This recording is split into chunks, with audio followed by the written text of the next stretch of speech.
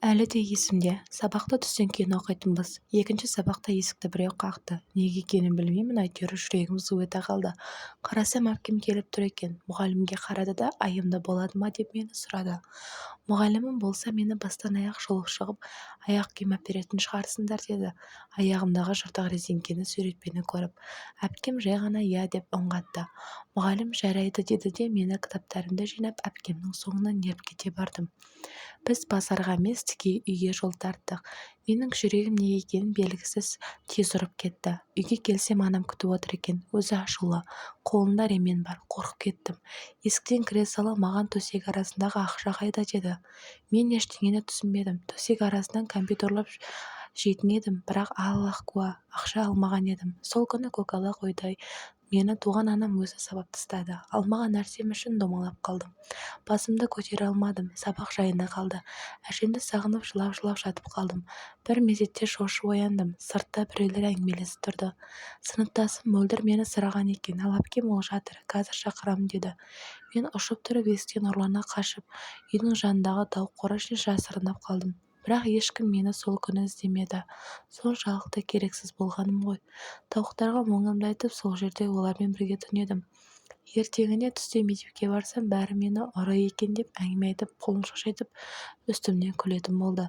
Шынымды айтсам, қадірім кетті. Кім айтқаны белгісіз мені ұры деп, бірақ ешқайсысы менімен араласпай қойды. Сабағым нашарлап, мектепке бармайтын болдым. Анам менімен тіпті шаруасы жоқ. Әпкем мен сіңілім тіпті жандарына жақындатпайды. Өмірім өте берді. Bir күні қаладан әжем келді. Ішімде қаншама мұң жатты. Әжеме қарап шыдай алмай жылап жібердім. Әжемді қатты сағынғаным да бар. Оның келгеніне қатты қуандым. Өксігімді баса алмай оны қатты құшақтап жылап алдым.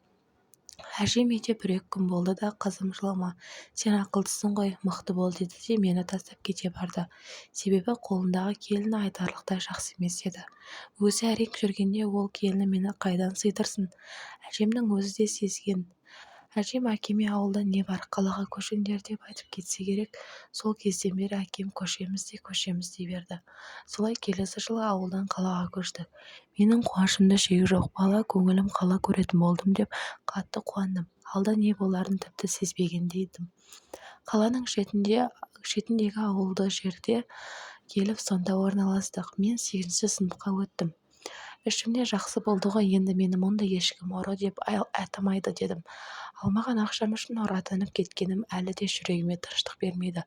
Қыркүйек айынан бастап қаланың мектебінде оқи бастадым.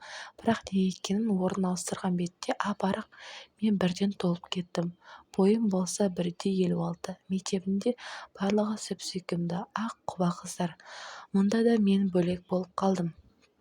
Бәрі мен әп-әдемі киінген, тап-тұйнақтай, тіпті мұғалімнің өзі түрме жақтырмағандай қарап отыр деп артқы партадан орын берді. Қасында бір жігіт отырды. Ол да болса ауылбай деп бетіме бір қарады да басқа партаға отырды. Мұнда барлығы тек ақшасы бармен дос. Қалтаңда болса адамсың, болмаса надансың дегендей, әпкем таңертең, ал мен түсте оқып жүрдік. Ол кеш келсе сабаққа бара алмай қалам, ал ерте келсе барамын. Себебі екеуміз де бір аяқ киім. Кейде әдейі кеш келетіндей шайтан ойымды арбап әпкеме ашуланып кетемін.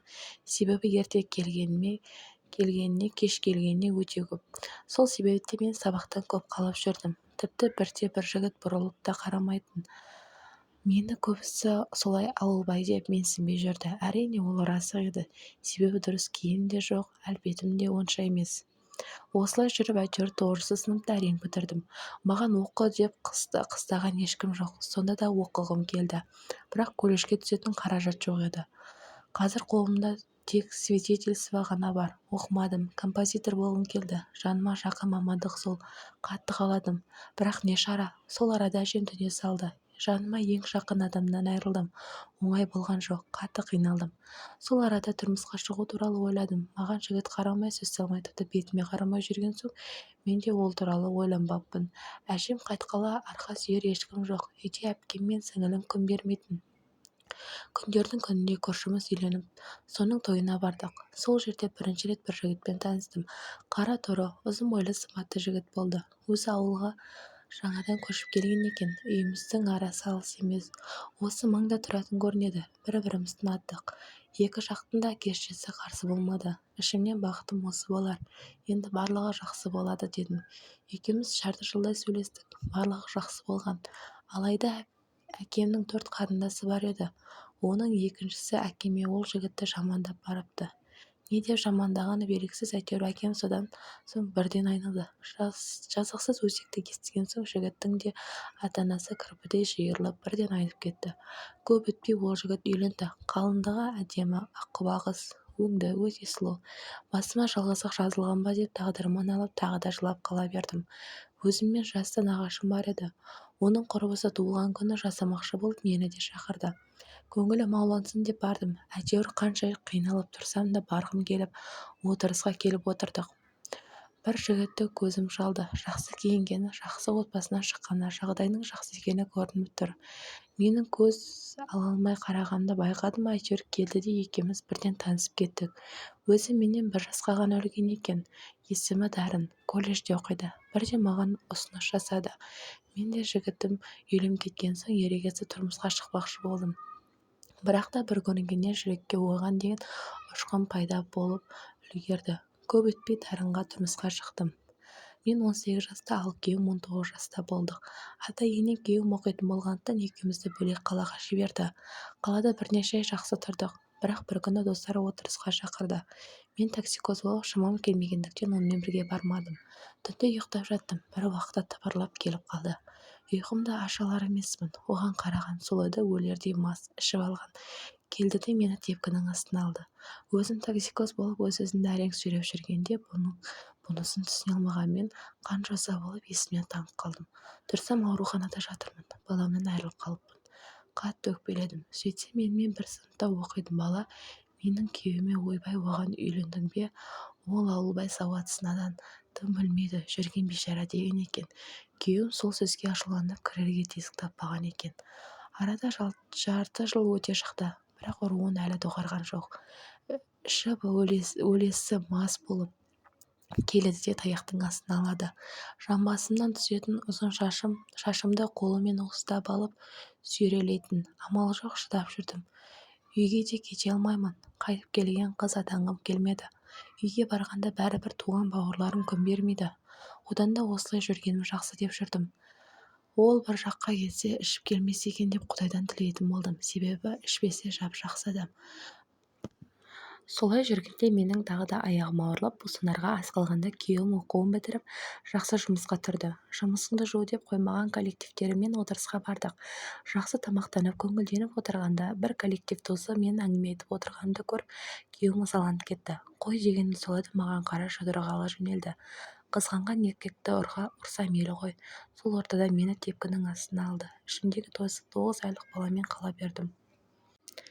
Жердің барлығы қан, бар ойым ішімдегі бала аман болсын.